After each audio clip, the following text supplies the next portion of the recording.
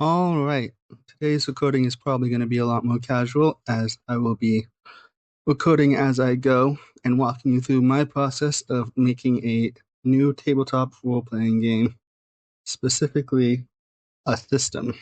For example, Dungeons & Dragons is considered to be a Roll20 system game, where the main mechanic of the game is rolling a d20 to check if you've succeeded or failed on something.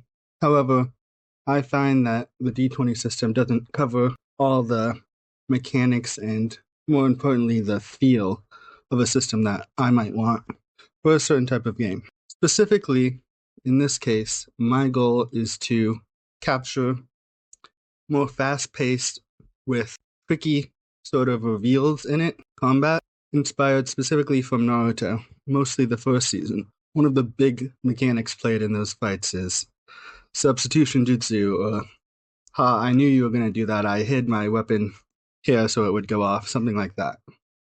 I want to be able to capture those in combat of this RPG. Another thing I've always found fun is when you roll dice against another player.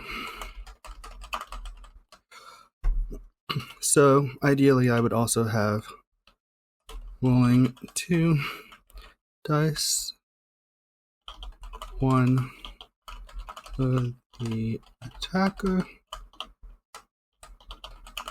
and 1 for the defender. Let's start with the name. This system is going to be built around rolling 2 dice at once, with 1 dice being on either side. I like the idea of going with the working name of Clash. 2 die are clashing against each other. Whichever one is higher wins. Now, before I even get into the deeper mechanics, I'm already noticing a potential issue, and that's if every turn is going to have these back and forth, I was actually just my substitution jutsu or my clone type of things. I don't want the combat to feel like it doesn't matter, or like it's going to go on forever with all these reveals. So,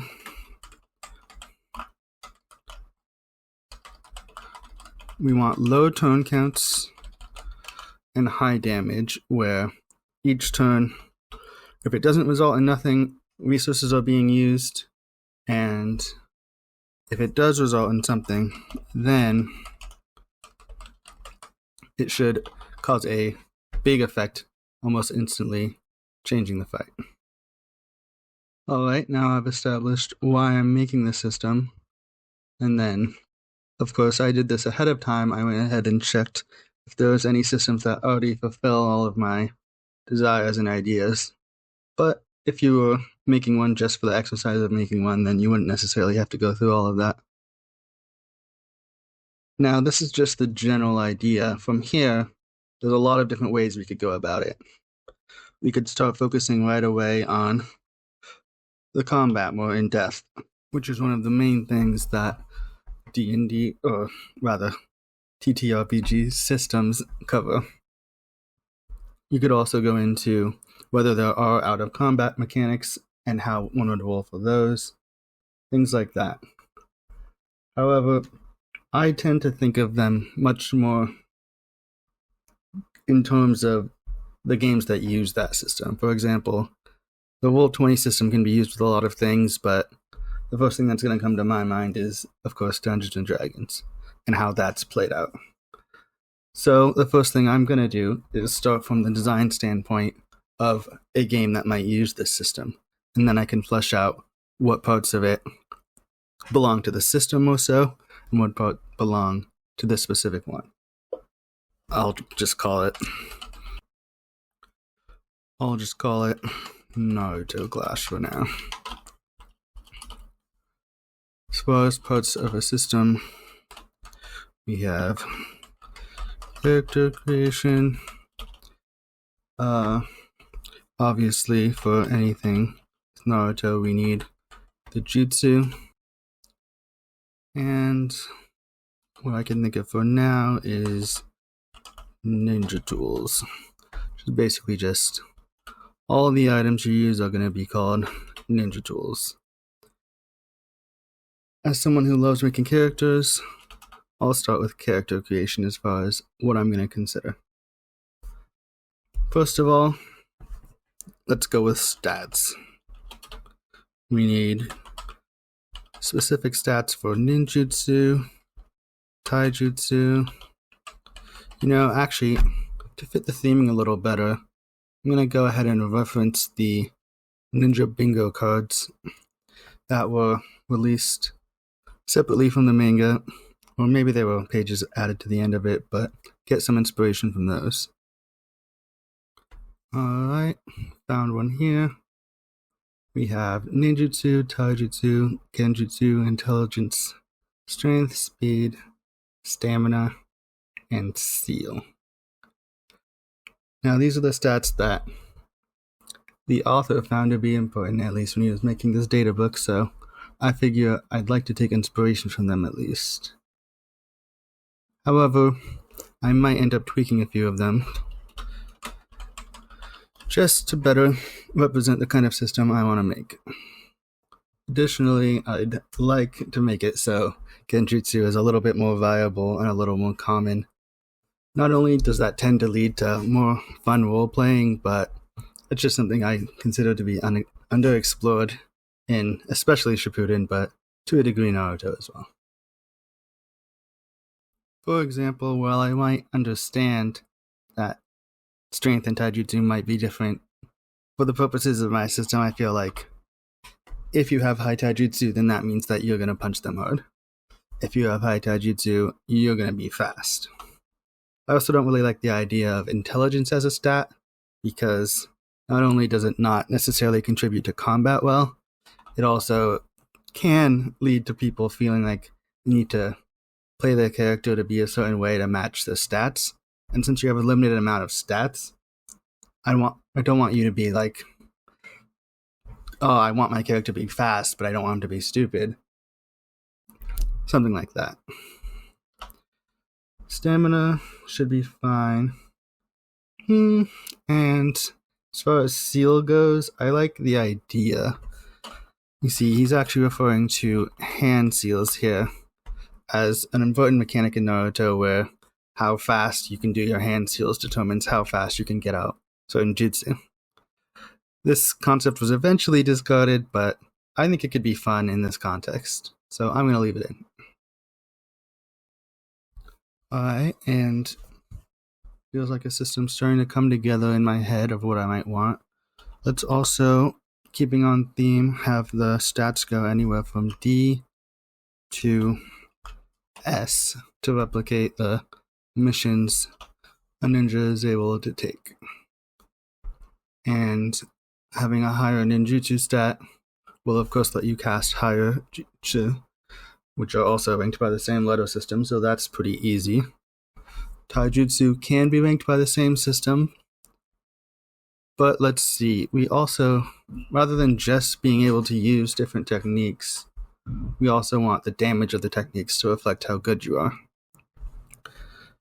So, one idea that's coming to me now that's kind of fun is the idea of having the die that you roll to deal damage be a different size. For example, when you punch someone, you always roll your taijutsu die, and the rank of your taijutsu determines what die you use.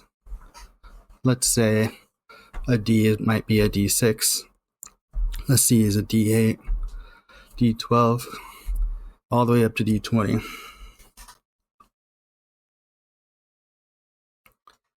And then if we're doing that, stats like stamina and hand seal don't work well with that system, so we can make a little difference here. These are damage stats, and these are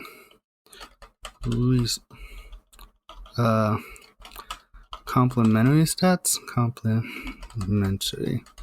Let's call them that for now.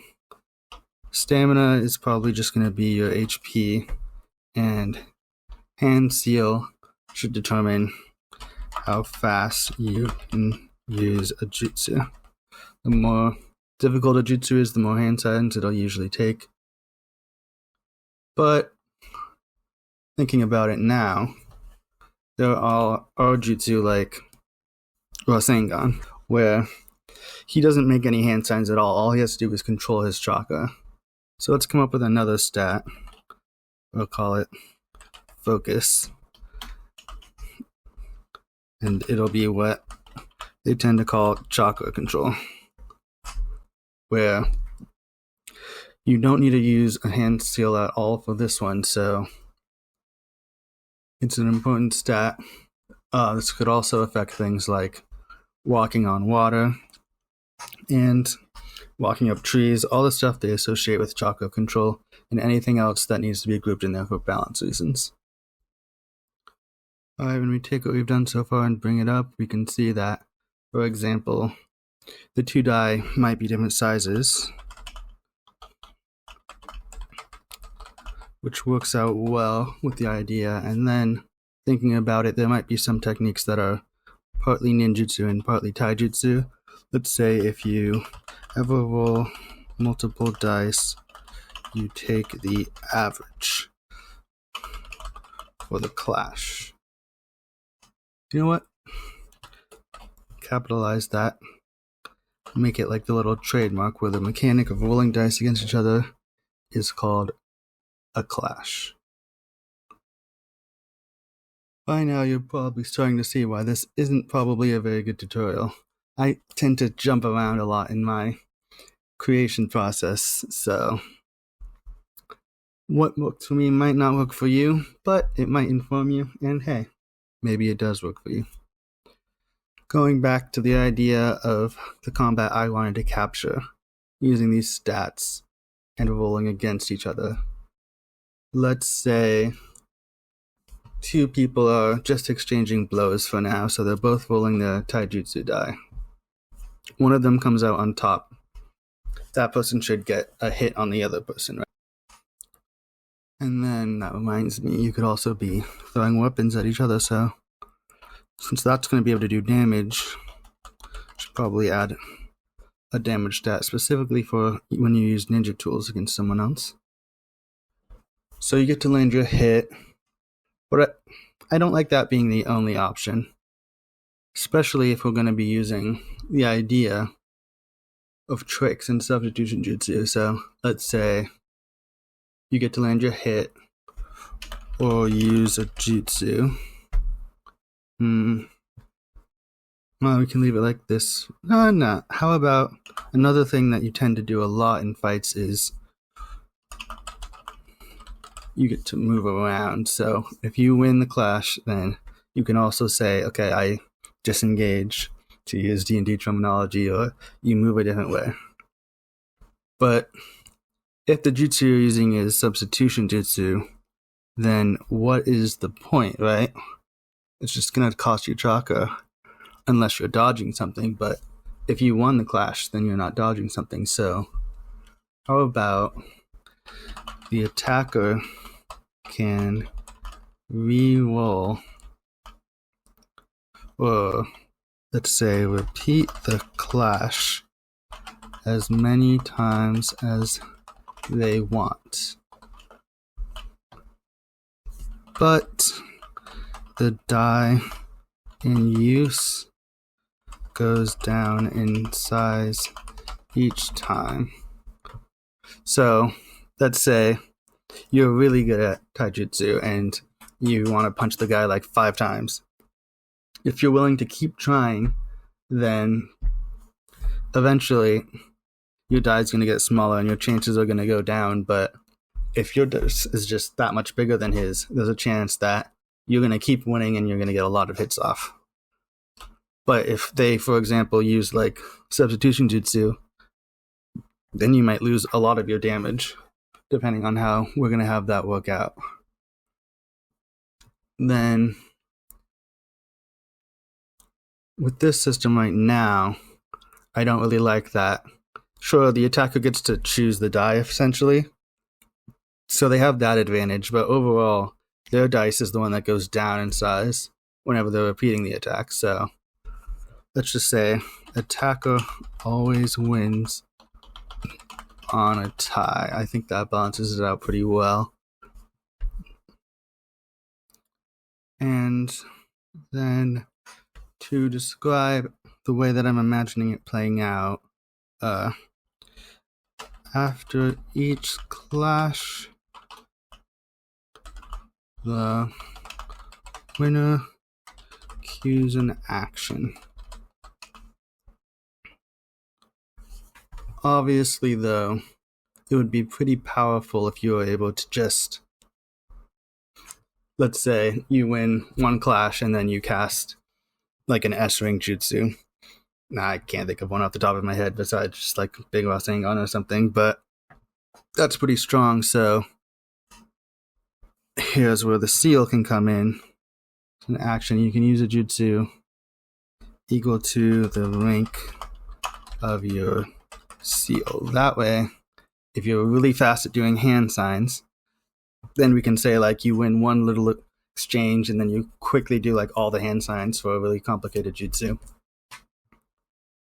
And if you want to do a jutsu that's higher than the rank of that, you either have to do it when you're not in the middle of a taijutsu class or something like that, or maybe you have to win multiple, put your rank together multiple times, and then you can do it. And then when the clash is over, all queued actions won, and the DM determines how it plays out. Now, there's obvious danger to a system like this where the Dungeon Master, or I should call it a Game Master, since it's not Dungeons and Dragons in this case, gets to decide so much about the way things go. You might think it's unfair if you have a lot of what you did nullified by a specific jutsu the enemy used or something like that. So we gotta make sure for a system like this that you have a GM you trust. But personally, since I intend to be the GM and I like to think I'm pretty trustworthy, I don't mind making a system like this. If you're trying to make a system for more general purposes, you probably want to consider a little more everyone that's going to be using your system. And with that said, obviously you guys are free to copy my system and use it if you want in your own games. Just make sure you keep in mind what I just said, where you gotta make sure you trust your GM, though. You should always, well, it's always nice to have a GM you can trust at the very least. Alright, it's coming together now. Let's see. Let's think about, let's add a D&D mechanic where advantage is roll twice, take higher, disadvantage, roll twice, take lower. In that way, if you do something that you specifically think would help you out, for example, let's say, oh, I'm using a water jutsu and they're using a fire jutsu, I should get advantage. Yeah, I think that's fair. Then, in addition to that, we'll probably be, I think we've established the bones of a system here. Something where it's very combat focused, and it's definitely a unique idea with a lot of action happening in every turn, not that many turns in a fight. Definitely think this represents anime fighting a lot better than something like Dungeons and Dragons does. Starting to come together, but at this point, a lot of what needs to happen next is probably fluff. We have the basic rules for combat. We've considered a few of the scenarios, but balance definitely still needs to happen. At this point, I'd probably go into actually making a character, or at least a character sheet, and seeing how it feels and if we can make things feel good. We'll go ahead and go into that next time then.